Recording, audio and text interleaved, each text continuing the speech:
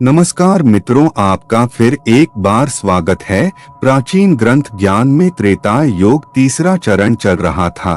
तब हिमालय की उपत्यकाओं में एक आश्रम था। ऋषि अत्रि का, जो वेदों के प्रकांड विद्वान और तप के आधार स्तंभ माने जाते थे, उस ऋषि की एक कन्या थी। नाम था कामना, जो जन्म से ही मौन थी और उसकी आंखों में वह तेज था जो केवल सप्तर्षियों की दृष्टि से प्रकट होता है।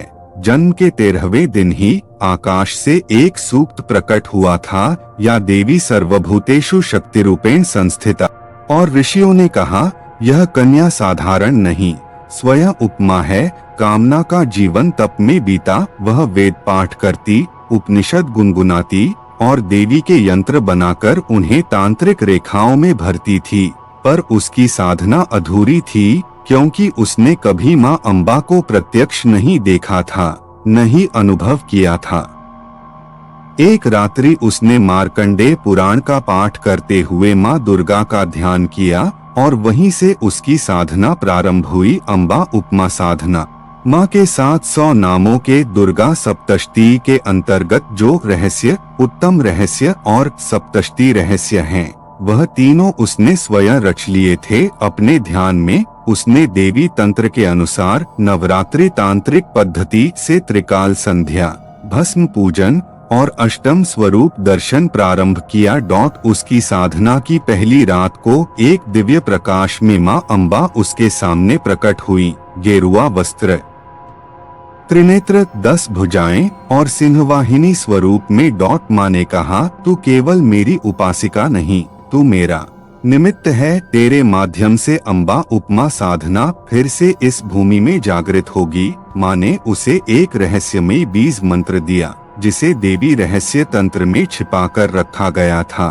श्री हरि क्लीं ऐं अम्बाय नमः। यह साधना की मूल कुंजी थी। 9 रात्रियों तक कामना ने न कोई अन्न लिया, न जल, केवल बीज मंत्र, त्राटक ध्यान और मां अम्बा के यंत्र की पूजा करती रही।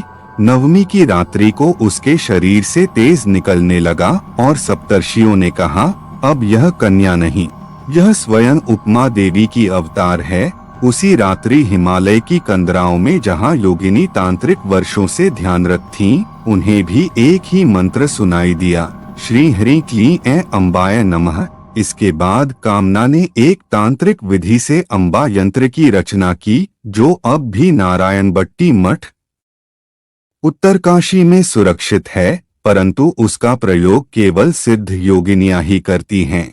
इस यंत्र में 9 बिंदु, 3 त्रिकोण और एक चंद्र कलायुक्त गोल सीमा होती है, जो देवी के नवदुर्गा रूपों और त्रिदेवों की शक्तियों को एकीकृत करता है। वह यंत्र केवल तभी जागृत होता है जब कोई साधक पूर्ण मौन, व्रत और एकाग्रता से 21 रात्रियों तक उसी बीज मंत्र का जाप करे। कामना ने उस यंत्र पर बैठकर संकल्प लिया, मैं हर उस आत्मा को मां अम्बा का मार्ग दूंगी जो भीतर से टूटी है पर फिर से जुड़ना चाहती है। तब मां ने एक वरदान दिया, जो भी इस उपमा साधना को सच्चे हृदय से करेगा, उसके भीतर से भय, दोष और दुर्भाग्य का नाश हो जाएगा। उस दिन से कामना ऋषिकन्या नहीं रही, वह मां अम्बा उपमा की जीवित ज्योति बन गई और उसे कामनाग्नि देवी कहा जाने लगा। आज भी हर नवरात्रि में उत्तरकाशी के उस कंदरागृह में जहां कामना ने साधना की, वहां से हल्की अग्नि की लपटें निकलती हैं, बिना दीप जलाए। तांत्रिक मान्यता है, यदि किसी स्त्री का हृदय टूटा हो, किसी ब्रह्मचारी का मन विचलित हो या किसी वृद्ध का जीवन नष्ट प्राय हो, तो उन्हें कामनाग्नि की उपमा साधना ही पुनर्जन्म दे सकती है। इस साधना का उल्लेख देवी भागवत, कात्यायनी तंत्र और गुह्य सूक्त संग्रह में छिपे रूप में मिलता है। और अब यह साधना जीवित है उन साधकों में जो मां अम्बा को केवल देवी नहीं, स्वयं की शक्ति का दर्पण मानते हैं। अंतिम साधना विधि संक्षेप में। एक मंत्र, श्री हरि क्लीं ऐं अम्बाय नमः 108 बार, प्रातः रात्रि 2। स्थान, एकांत, दीपक जलाकर मां के चित्र या यंत्र के सामने। 3 तंत्र यंत्र, मां अम्बा उपमा यंत्र। यदि न मिले तो साधारण त्रिकोण चिन्ह पर्याप्त। 4 अनुष्ठान नवरात्रि अमावस्या या पूर्णिमा से प्रारंभ करें। कम से कम 9 दिन 5 व्रत मौन रहकर साधना करने से मनोबल तीव्र होता है। 6 दर्शन लक्षण गर्मी कंपन दिव्य स्वप्न लाल पीले प्रकाश के दर्शन साधना सिद्धि के संकेत हैं।